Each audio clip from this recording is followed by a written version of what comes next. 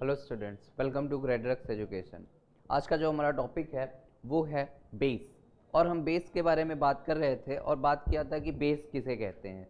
तो बेस हमने बताया था कि ऐसे पदार्थ जो जल में विघटित होकर के OH नेगेटिव आयन देते हैं वो बेस कहलाते हैं। और इसके बाद हमने बताया कि बेस कितने प्रकार के होते हैं। तो बेस मुख्यतः दो प्रकार के होते हैं, प्रबल बेस और मतलब प्रबल क्षार और दुर्बल क्षार, यानी स्ट्रॉन्ग बेस और वीक बेस।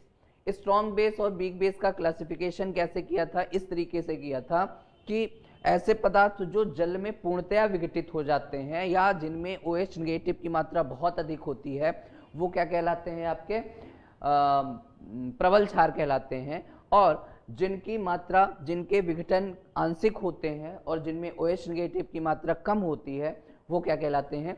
दुर्बल क्षार कहलाते हैं, यानी वीक बेस कहलाते हैं। अब आगे की हम बात करते हैं और जानते हैं कि ये कैसे डिसाइड हुआ या कि कौन सा बेस आपका प्रबल होगा और कौन सा दुर्बल होगा। ठीक है, तो प्रबल बेस की जब हम बात कर रहे हैं प्रबल क्षार की, यानी कि प्रबल क्षार का मतलब स्ट्रॉन्ग बेस।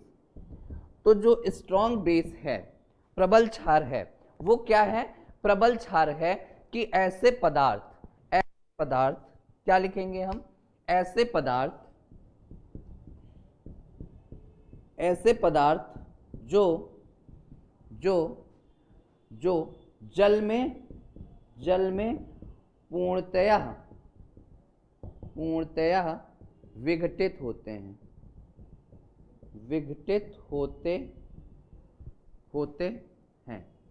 अब पूर्णतया विघटित होते हैं तो क्या हो जाएगा? पूर्णतया विघटित होने में ये हो जाएगा कि अगर जैसे NaOH है तो NaOH जो है वो sodium plus plus OH negative आपका बनाएगा।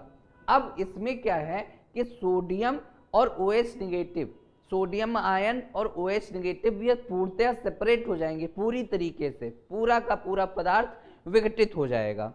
और KOH है तो ये भी क्या करेगा कि K plus plus OH negative में बदल जाएगा। जब कोई भी पदार्थ पूरी तरीके से अपने इंडिविजुअल पार्ट्स में टूट जाता है तो उसके किसी स्पेसिफिक पार्ट की मात्रा बढ़ जाएगी। तो ऐसे केस में क्या होगा कि प्रबल क्षार में OH निगेटिव की मात्रा बढ़ जाती है। तो जब वो नेगेटिव की मात्रा बढ़ जाएगी तो वो प्रबल क्षार कहलाएंगे। यानी प्रबल क्षार में OH निगेटिव की मात्रा क्या होती है? मात्रा क्या होती है बेटा? मात्रा होती है ज्यादा। क्या होती है? ज्यादा। ठीक है, OH निगेटिव की मात्रा होती है क्या? ज्यादा। ठीक, तो स्ट्रॉन्ग बेस हम इसको कहते हैं। एग्जाम्पल के तौर पे अगर आप लिखना चाहें तो KOH, NaOH और BaOH होल ट्वाइस, इसको हम बोलते हैं कि ये हमारा क्या है? ये हमारा स्ट्रॉन्ग बेस है, ये प्रबल क्षार है। ठीक, अब बात कर लीजिए यहीं पे दुर्बल क्षार की। ठीक है, ये बात समझ में आ गई होगी। अब बात कर लेते हैं हम किसकी? दुर्बल क्षार की। तो दुर्बल क्षार में क्या होगा? दुर्बल क्षार में ये होता है बेटा कि दुर्बल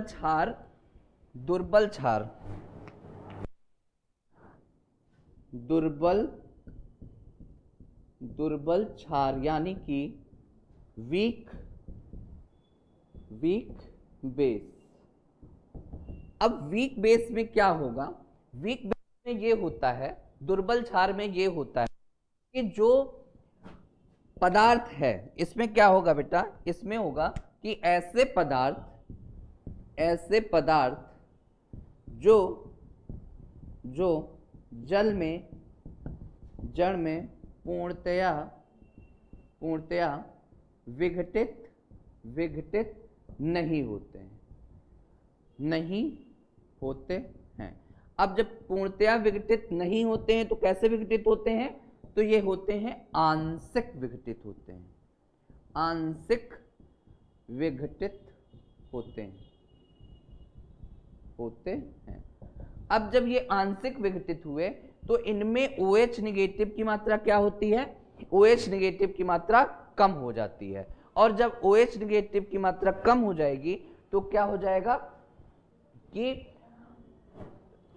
ये आपके वीक बेस कहलाएंगे। ठीक है, तो अब बात को समझिए।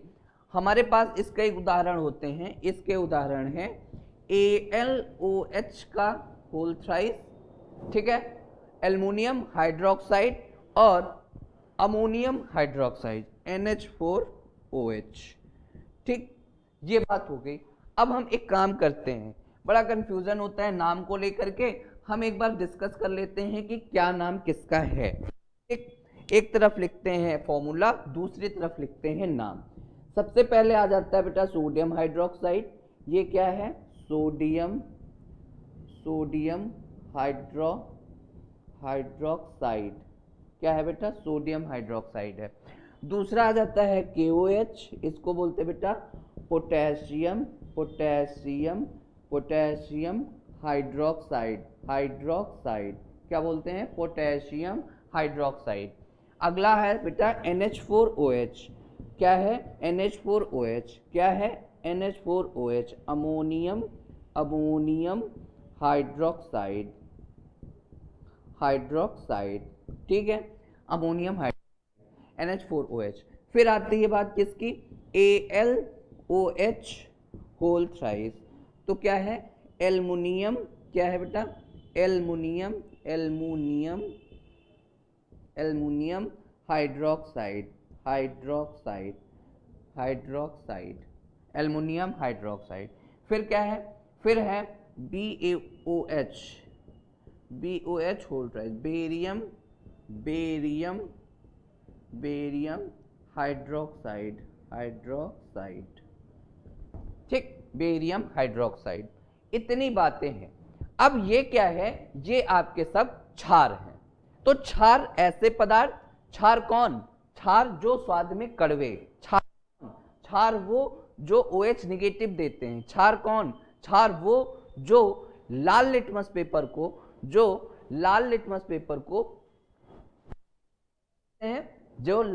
पेपर को नीला कर देते हैं। और क्षार का सबसे ज्यादा उपयोग हम कहां करते हैं? तो साबुन बनाने में क्षार का बहुत ज्यादा यूज है। क्षार का यूज साबुन बनाने में सबसे ज्यादा किया जाता है। क्षार का यूज साबुन बनाने में सबसे ज्यादा किया जाता है। ठीक है, तो ये बात हुई हमारा प्रबल अम्ल और दुर्बल अम्ल की। अब एक पॉइंट और बचता है, एक टॉपिक और बचता है, वो हम कवर करते हैं, और वो है हमारा क्षारों की प्रबलता के लिए आपको हमने पहले भी बताया है अम्लों के केस में, और फिर बता रहे हैं हम बेस के केस में, यानी क्षार के केस में, कि इनकी प्रबलता का मानक OH निगेटिव है, और अम्लों की प्रबलता का मानक कौन? H+ था। तो क्षारों की प्रबलता,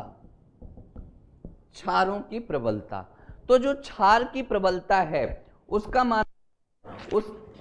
मानक है आपका, उसका मानक है OH निगेटिव। OH निगेटिव की प्रबलता के आधार पर क्षार की प्रबलता निर्धारित की जाती है। OH निगेटिव की प्रबलता के आधार पर क्षार की प्रबलता निर्धारित की जाती है। तो अगर हम एक क्रम बनाए तो KOH सबसे ज्यादा होगा, फिर OH, फिर NH4OH, और फिर BaOH होल ट्वाइस। यही बात हुई थी कि सबसे ज्यादा पोटेशियम हाइड्रोक्साइड की प्रबलता होती है, फिर सोडियम हाइड्रोक्साइड की प्रबलता होती है, फिर अमोनियम हाइड्रोक्साइड की प्रबलता होती है, और सबसे कम बेरियम हाइड्रोक्साइड की प्रबलता होती है। तो ये है आपका प्रबलता का क्रम। किसका क्रम है? प्रबलता का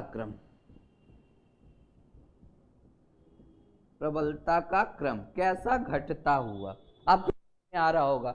तो सबसे ज्यादा अगर कोई पूछे कि सबसे प्रबल अम्ल क्षार कौन सा है, तो प्रबल क्षार है पोटेशियम हाइड्रोक्साइड, और सोडियम हाइड्रोक्साइड उससे कम अमोनियम हाइड्रोक्साइड, और सबसे कम BaOH होल ट्वाइस। ठीक है, तो आज की क्लास में पढ़ा कि क्षार कितने प्रकार के होते हैं और क्षारों की प्रबलता क्या होती है। तो आज की क्लास में हम यहीं पे खत्म करते हैं। नेक्स्ट क्लास में जब भी हम पढ़ेंगे तो हम इसके भौतिक एवं रासायनिक गुणधर्म की बात करेंगे। ठीक है, थैंक यू वेरी मच।